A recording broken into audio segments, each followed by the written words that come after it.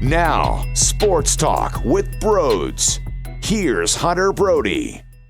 What is going on, everyone? The Last Dance finally was released, well, the first 2 episodes, and I thought it was very entertaining. It left me intrigued to see what was going to happen next with the bad boy Pistons. I can't wait till next Sunday. The thing that was really awesome about the scenario of it being released early and being shown to the public, it felt like when you looked at Twitter and you talked to your buddies and you were texting in your group chats, it felt like there was something so important going on in the sports world where everybody was tuned in at the same time. When the Sixers play at 7, you can see Twitter blowing up at 6:30, 6:45, 7 o'clock, and then during the game itself.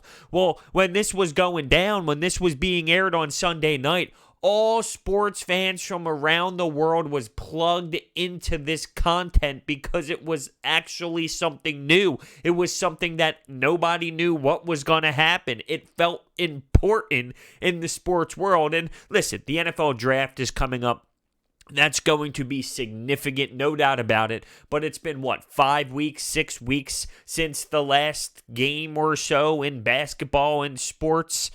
With that being said, it was nice to see all sports fans come together and, well, let's not get too far ahead of ourselves here. There were some brutal takes and some really horrendous tweets out there, but big picture, it was fun to communicate with sports fans during a sporting, I'm not going to say event, but sporting content. It's just been so damn long.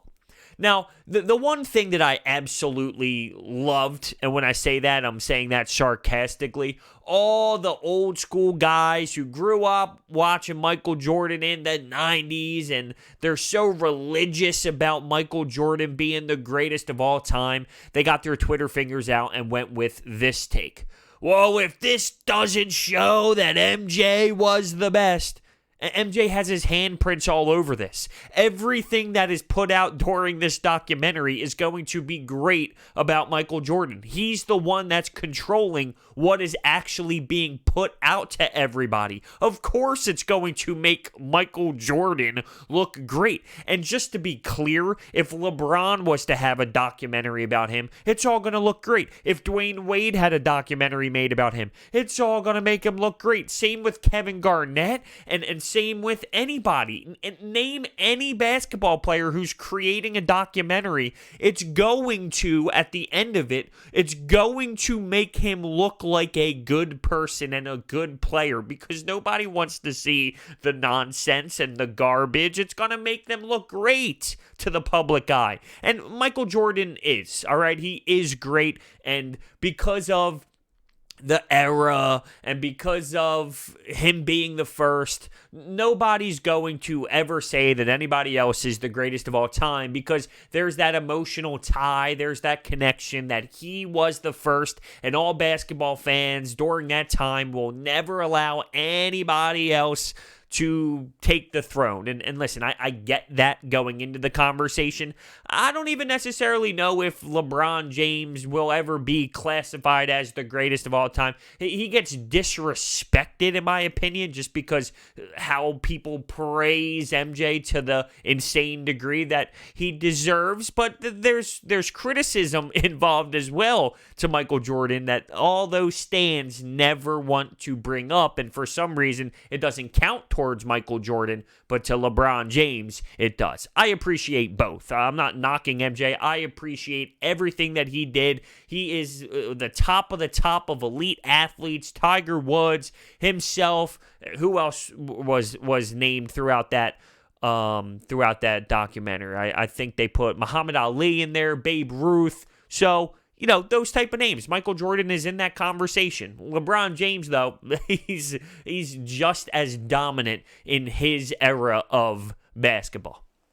Now, I wanted to talk about what stood out to me. There were a lot of points and a lot of key moments I thought was hilarious. Before we dive into the basketball part of things, how about the fact that Barack Obama was in this documentary and it was listed as a Chicago resident? I'm sorry, what? This dude was only the president of the United States for how long? And he was listed as the Chicago resident? I mean, are you kidding me? And Bill Clinton as well. A part of Arkansas. I'm sorry, what? These people were insanely huge to the country, but they're just citizens of certain areas. Unbelievable. I couldn't believe it. I need to give Mike Gill credit for this. Mike Gill, he hosts the Sports Bash on 97.3 ESPN from 2 to 6 p.m. He mentioned how he thought it was interesting to see how competitive MJ was throughout his career. And it's not like the documentary broke that news, right? Everybody knows that. But you look at him from more of a management piece now, and it doesn't relate at all. The Hornets stink. They're a dumpster fire. They were never good. And he doesn't make great decisions when it comes to management. And what I love about that is you look at the way that Krause was treated throughout this, and to be fair, he deserved a lot of it. He did really struggle with certain areas of being a general manager, but just looking at what he did, he made moves that clearly worked, right? As much of a pain in the ass he was, and the Phil Jackson thing, and the Scottie Pippen thing, and he was a douche at times, right? I mean, there's no doubt about it. You can't deny that part of it. He put a team together that worked. It clicked. He made trades. He made things happen. He was aggressive. He did certain things that really helped the basketball team. And you look at Michael Jordan and where he is right now in his career with a squad, he's not doing that well. So I wonder if Michael Jordan is now looking back at what Krause did and say, listen, maybe he was on to something when he said management wins teams, and there's a little bit to be said about how it's a collective group. It's not just the players. Front office members has a lot to do with it as well. Maybe Michael Jordan is starting to see that side. His counter argument would be, well, give me a Michael Jordan on the Hornets right now, and we'd probably be winning championships. And I might not be wrong. He might not be wrong at all. I just wonder what is going through Michael Jordan's head as we speak when it comes to what he's doing as more of a front office member. Man, he was a dog. That playoff series against the Boston Celtics, dropping 50 points, 49, I believe it was in the first game. Then he comes back after going golfing with Danny Ainge, and he dropped 60 plus. It was insane. It was very lethal. His attitude, his mindset from an ex-athlete, a former athlete, I really do enjoy the way that he talks about the game, the way that he processes the game, the way that he mentally prepares, how determined he was from the whole cocaine conversation. When he was a rookie, he goes into the hotel room and there's all this cocaine, and at a young age, he thinks, I'm getting the hell out of here. I got to prepare myself for a basketball game the next day. That's not an easy decision to make. He's now with the big boys. He's with the big guys, and there's going to be a lot of partying, a lot of money, a lot of strippers, a lot of drugs, a lot of alcohol. And at that age, he thinks, yeah, I'm not going to get involved. I'm going to worry about playing the game of ball. I think that is very important, and it relates to how successful he truthfully was during his career. The quote that stood out to me the most, and it gave me the goosebumps. It gave me the goosebumps when I heard it.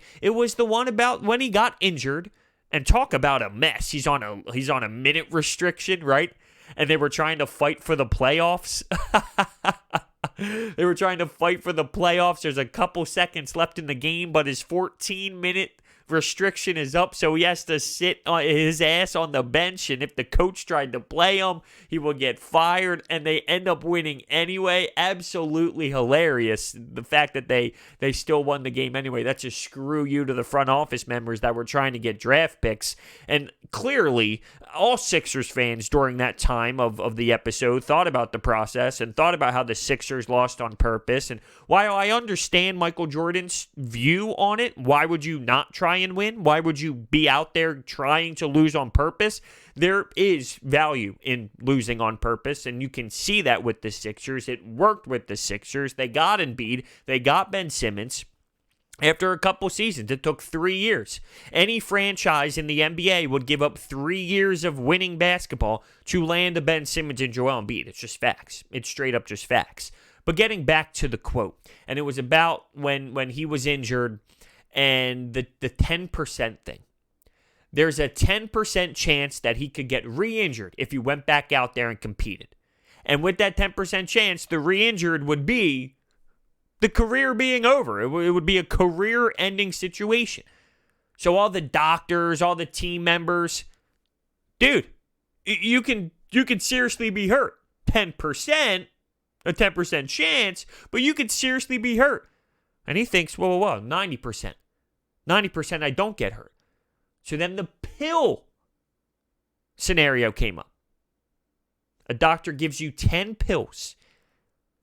One of them kills you. 9 of them fixes your headache. And Michael Jordan goes, how bad is the headache? And the goosebumps just started going through me. And that's just typical Michael Jordan, I feel. When you want to describe Michael Jordan, you lay out that scenario right there. And that is the way that Michael Jordan thinks. And it literally gave me the chills. I think at one point my eyes started to water. Now, I don't know if that's because I just miss sports that much or I embrace and love the beauty of sports, the greatness of sports. And I remember when I first got into loving every sport for the beauty of it.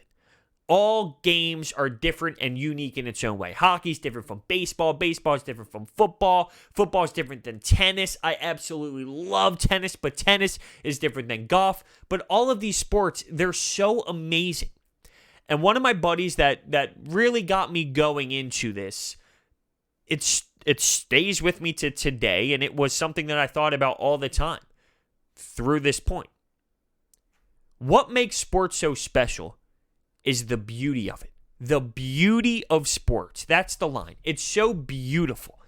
And that's why I do sports betting, but it ruins the beauty of sports. You look at sports differently. It's about lines. It's about, who's going to cover the spread and this game and that game and all the over-under. It takes away the beauty of the sport. You want to watch a March Madness game, and if you see a buzzer beater, you want to see it. If a 12 is beating a 5, which happens a lot of the times, but if it's happening and you bet the 5th seed and there's a buzzer beater at the end, you no longer enjoy and embrace the beauty of March Madness. You don't appreciate what it's all about. So when I started to get the goosebumps, when I started to get teary-eyed a bit, that's what I was thinking about. I was thinking about the beauty of sports and how I miss it and seeing the fans going crazy.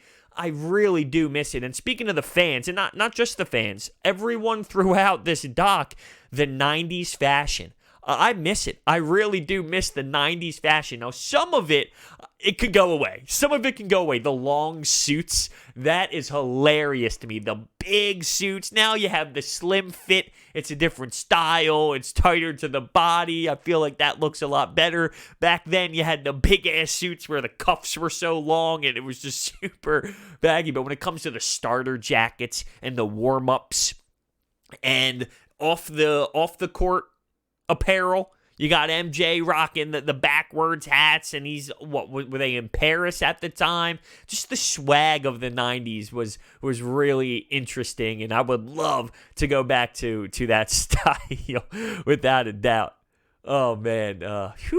Now I'm picturing what's in my closet now, all those old school Mighty Ducks stuff I had, and the starter jackets. The Bull starter jackets were clearly a thing back then. You go through the phases. The Oakland Raiders, that was a big thing with the starter jackets as well, and just starter in general. You had it was like swooshy. It was sort of like the jumpsuit material. That's what it was all about. Scottie Pippen. All right. I get where he's coming from when he's disappointed with the team and he's one of the best players in the league and they were winning championships, so he was a little upset.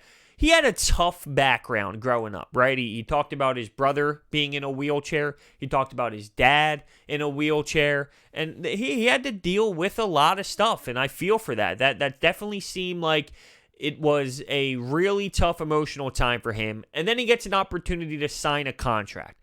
7 years, $18 million. And by the end of that contract, he was very disappointed, knowing that the NBA was booming. David Stern did a great job of helping the league grow and expand and really develop more into a global thing, which creates a ton of more revenue and allows players to get paid more and all that. He signed the contract, though, and that's where I have a hard time. You signed the contract because you really wanted to take care of your family. You wanted to buy your mom the house, and you wanted to make sure everybody was secure. And, I mean, coming up with his background and his neighborhood and knowing that they didn't have that much money, it makes a ton of sense to jump on that instantly. But then back towards the end, when it's not really what you're worth, you sign the contract. You signed the contract, right? So to hold out, to end up not getting the surgery, to demand a trade, you sign the contract. So it's somewhat on you itself. And one thing that stood out to me a lot is Michael Jordan was talking about how powerful Scottie Pippen was, how great of a teammate he was, how much Scottie Pippen really pushed him to be as great as he was, and he wouldn't be able to do it without Scottie Pippen. And I believe that he really meant that. During the time, though, when you looked at the clips, when it was a throwback during, the actual time of that season, was he supporting him? Was he backing him up? No, not at all. There was no support. There was no support at all. There was nothing. He's being selfish. He's being selfish. Listen, I just find it somewhat laughable that nowadays, all right, listen, I love Scottie. He was the best. During the time, what was it? Where was the support system? Where was the, I'll help you out. You want to be here? Let's make this work. And look what I'm getting paid, 30 plus million. You're getting paid this much money. Look at how you're contributing. Selfish, selfish, selfish. Well, look at your contract, MJ. Could they work something out? Could they have done something differently? Listen, I don't know. I don't know the answers, but just something to look at. I always like to dive a little bit deeper than that. Everyone's freaking out about what Scottie Pippen was paid. First off, you should have known that was part of this, right? So many people last night were surprised and really shocked to see what Scottie Pippen was getting paid, and they couldn't believe it. What? This is one of the most historic teams ever. This is one of the most historic rides in sports history. It should not be breaking news that Scottie Pippen had problems with the front office, that he had problems with getting paid money. That's part of the entire story. I love hearing all the other players, though, talking about some of these guys. Steve Kerr, Danny Ainge, Larry Bird, Magic Johnson, talking about how they knew he was special right from the jump. How about Dean Smith? Dean Smith tells him as a kid, you're going. You're going. And I know J.J. Watt tweeted about that. A lot of pro athletes tweeted about that as well. That's how you know you have a good coach. There's no doubt about it that Michael Jordan staying at UNC would have been super beneficial for Dean Smith and would have gave them a great chance to win a title. Another title. Because if you remember, his freshman year, he ends up knocking down a huge shot in a clutch moment, and that's when he went from Mike Jordan to Michael Jordan. But to see Dean Smith say, you're going to the draft. You are going to the draft. You're going to be a top 3 pick. You're going to the draft. And I didn't realize, though, at the time he got drafted, how disgusting Chicago Bulls basketball was. I knew it was bad, but when you're talking about an indoor soccer league is selling more tickets and getting more fans, that is the low of the low. You're talking about the Chicago Bulls. Now, right now in 2020, they're going through an abysmal time. Multiply that by like 7, and that's how it was perceived how bad the Bulls really were. The Bears, the Chicago Cubs, the White Sox, the Chicago Blackhawks. The Bulls were literally not getting anyone in the building to the point where you had indoor soccer getting more fans. Oh, I couldn't imagine that happening here in Philly. Not at all.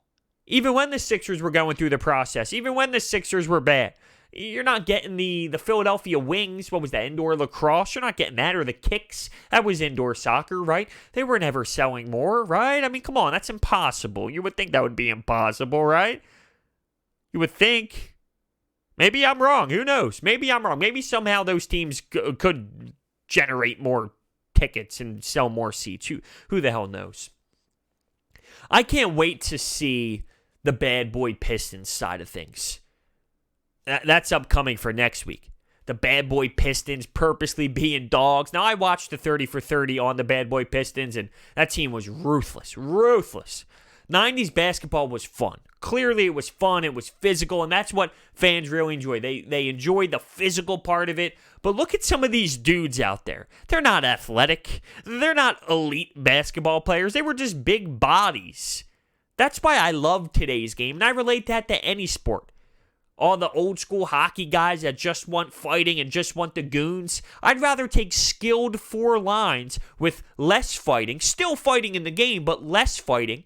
Get rid of some of the guys who couldn't really play, who were just big guys who were tough. Replace them with skilled young players and have four lines of speed than the old days. And when you look at the NBA, I'd rather have these athletic guards, these athletic big men, guys like Embiid, like these big centers, guys who can literally play basketball, over just big dudes who weren't really athletic. They were just big guys, and then, okay, yeah, let's act tough after the whistle, let's foul hard. I get it. It was fun. It was a good part of the game, just like with hockey. I thought that era of hockey was meaningful and powerful to develop into what today's game is, which is ultimately better. I think 90s basketball was entertaining. It was fun. It had value. There was a purpose for it. It developed into what the game is today. I'd rather take skilled, talented, faster athletes over that any day of the week. Leagues and sports develop, but that doesn't mean there's no value in what once happened. It kind of snowballs effect, and there was a meaning behind it. It was fun. I'm not gonna lie though. It's fun to look back at it, and it's crazy to see some of the foul calls and how brutal it was. And as I stated, as they get into this bad boys part of things, it'll really show it more, I would assume. Michael Jordan said he was going to come off as a dick, and I don't know if I saw that through the first couple episodes. There was a time where he made fun of Krause for being small, talking about lowering the rim, and when they won that preseason tournament, talking about, what did he say? Something about not giving the trophy to Krause, or it was a short knock like that. Nothing crazy, and I just wonder if within the next few weeks, is that going to happen? Is that going to start showing more? You saw some teammates slapping each other in the face, and I thought, well, that wouldn't happen in 2020. That's the thing. People praise Michael Jordan for that passion, for fighting with his teammates in practice, and not so much physically, but yelling at his teammates, being really hard on them, screaming at them. Yet if LeBron does that, or if any other athlete does that, Jimmy Butler does that, if, I'm just thinking of some other athletes that have that type of narrative behind them, that they're aggressive, they scream at guys. It's a different view. It's looked at differently. Some guys, just based off of who they are, they can get away with that because that's sick, because that's awesome. That's what made them who they are as players. Yet if somebody else does it, well, it's not the same. Yet it's the same exact thing. Tom Brady gets away with that too. He's a guy who loves to scream at all of his players. And when he does it, it's passion. It's passion. He loves the game. He's a competitor. Yet if another guy does that, it's totally different. It's totally different. So it's just based off of their backgrounds and who supports them and how great they are. It changes completely based off of individuals. And I don't know if that's necessarily fair. That's all. I don't know if that's fair. That was fun, though. I'm not going to lie. That was definitely something where when it was over, I was like, damn, it's over? I think one of my favorite parts, and you can call me crazy if you like, because I know I am crazy, but it's seeing the reaction from everybody, seeing all these pro athletes, seeing respected people in the sports world and seeing how they are relating to what's going on and seeing what they're thinking about it. Trust me, I'm enjoying watching it just as much, but I think it ties the sports world and the sports community together because there's something that everyone has been itching to see. And it's different. And it's not an old game from 1992. Well, technically, it's an old game in the 90s, but it's not an old basketball game, a hardwood classic from 1991. It's not an old hockey game on NHL Network from 1993 or a past game from the MLB season from 2002 where we all know the outcome of what happens. It's a brand new documentary. NFL and the NFL draft will give us some more of that this week, which will be fun, no doubt about it. But on Sundays, 9 o'clock, I'm ready to dial in for 2 hours. A big-ass bowl of popcorn, load up a ton of butter, pretend to get napkins, but really wipe it off on my pants, get yelled at. You know how it works, and I can't wait to do it again on Sunday. Let me know your thoughts and your favorite parts and things that stood out to you down below in the comments section. Hit that thumbs up button and subscribe also. If you are listening to this on Apple Podcast or any other podcasting platforms, please leave a review, and you can also comment with a review itself, and I will see those as well. So do not be afraid to leave a rating and a review, which can also be a comment. Thank you so much, and I will see you next time.